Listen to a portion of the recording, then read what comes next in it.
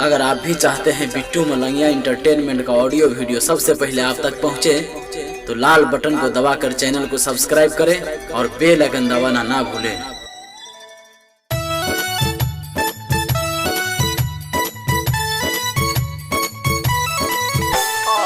अखन अपने सब सुन रहा छी बिट्टू मलंगिया इंटरटेनमेंट के।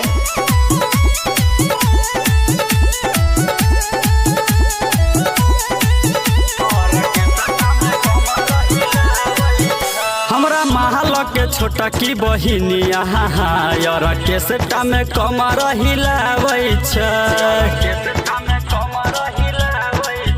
हमरा महल के छोटा की बहिनिया यार केसटा में कमर हिलाबै छै।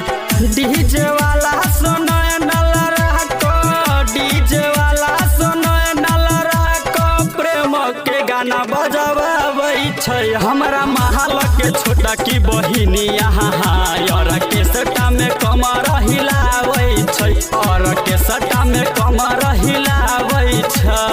DJ Bittu Malangiya, DJ Bittu Malangiya, Madhubani Madhubani.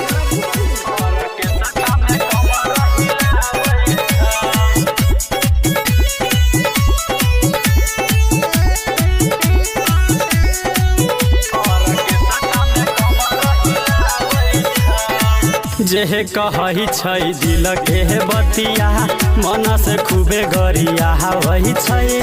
Camera वाला छौरा स कहि क निमन फोटो खिंचवाबै छै।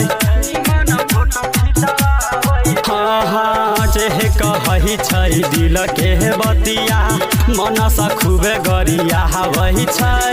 कैमरा वाला छौरा स कहि क निमन फोटो खिंचवाबै छै। बारिक दीवाना देख के ढोरी, बारिक दीवाना देख के ढोरी 500-2000 लुटाबै छै। हमारा माल के छोटा की बहिनिया यार केसटा में कमर हिलाबै छै। Presented by Bittu Malangiya Entertainment.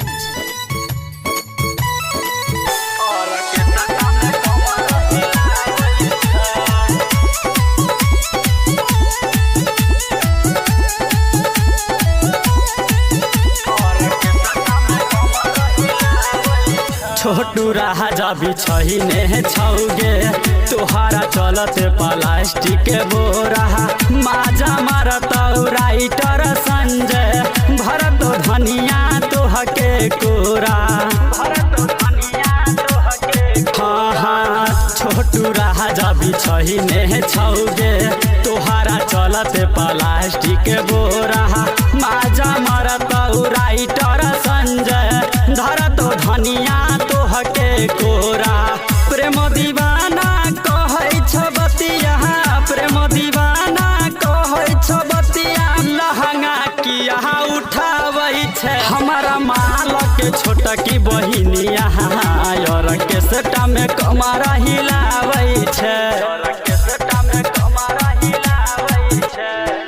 DJ वाला सुनय नलरा को, डीजे वाला सुनय नलरा को, प्रेम के गाना बजाबै छै। हमरा महल के छोटा की बहिनिया यार केसटा में कमर हिलाबै छै, और केसटा में कमर हिलाबै छै।